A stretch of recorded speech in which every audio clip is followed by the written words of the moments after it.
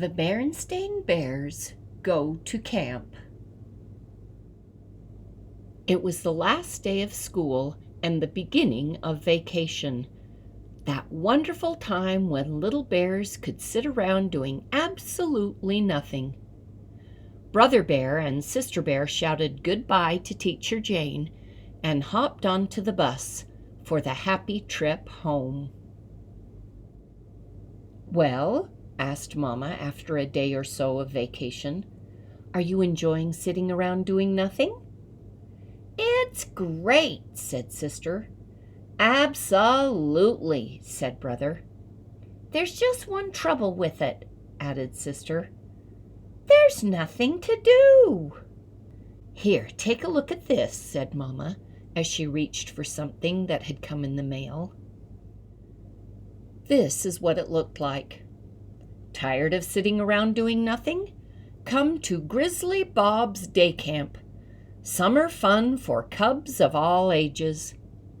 Swimming, canoeing, arts and crafts, sports and games, nature study, fully supervised.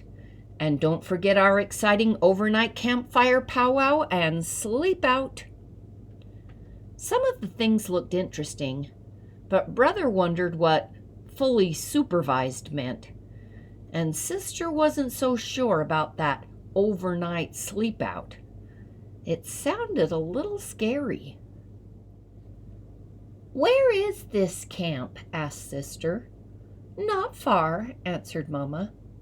"How will we get there?" Brother wanted to know. "A bus comes for you in the morning and brings you home in the afternoon." "Sounds a little like school," said Brother. "We'll think about it," said the cubs, and went back to doing nothing. Well, not exactly nothing.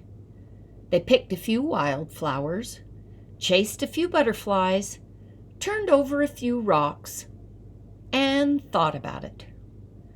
"Mama, could we try Grizzly Bob's Day Camp just to see if we like it?" they asked. "Of course," said Mama.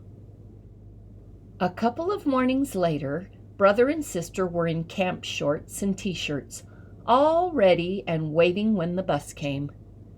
It didn't look much like the school bus. And Grizzly Bob didn't look much like Teacher Jane. And the camp didn't look anything like school. Grizzly Bob had built his camp beside a lake at the edge of the forest. There were log buildings, a flagpole flying the camp flag, a big bulletin board with the camp rules. There certainly were a lot of rules. Some interesting paths, a roped-in place to swim. There was even a big red canoe. Bob had made some name tags for the cubs. "You're campmates now, so you better get to know each other," he said. Then he took them on a tour of the camp. There was an office with a desk where he did his paperwork, and a first aid corner full of bandages and things for cuts and bruises. There was a rec hall to go into when it rained. Rec was short for recreation. There was a picnic place and a barbecue pit where they roasted hot dogs for lunch.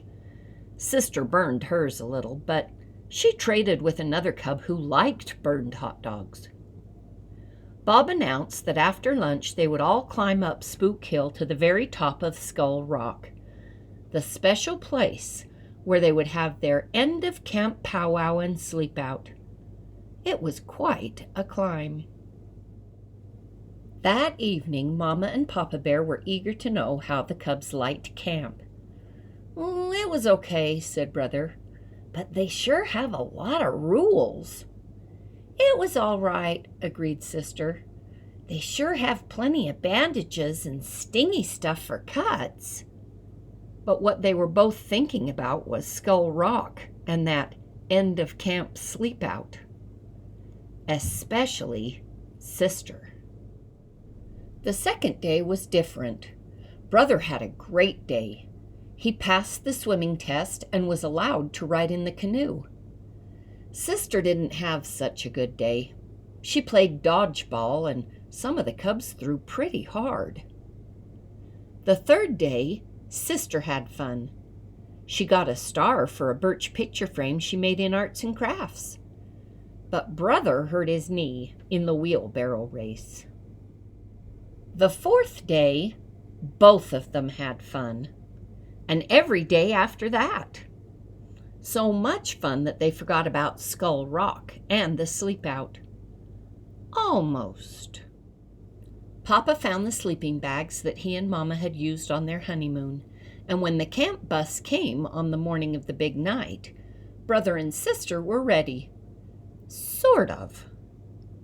The climb up Spook Hill wasn't so hard this time, even with backpacks. The cubs were strong and tough from their summer of camping. Tomorrow would be field day, the last day of camp, when their parents would come to watch their games and contests and see awards given out. But for now, all the cubs could think about was the big sleep out. It was just beginning to get dark when they reached Skull Rock. Grizzly Bob built a campfire. Then he went into a small cave. When he came out, he was dressed in a beautiful Indian costume.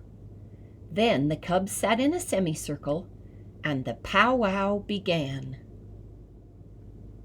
Bob told them old Indian legends of the great animal spirits, the story of the great grizzly as big as a mountain, the soaring eagle who filled the sky, and the mighty salmon whose colors made the rainbow.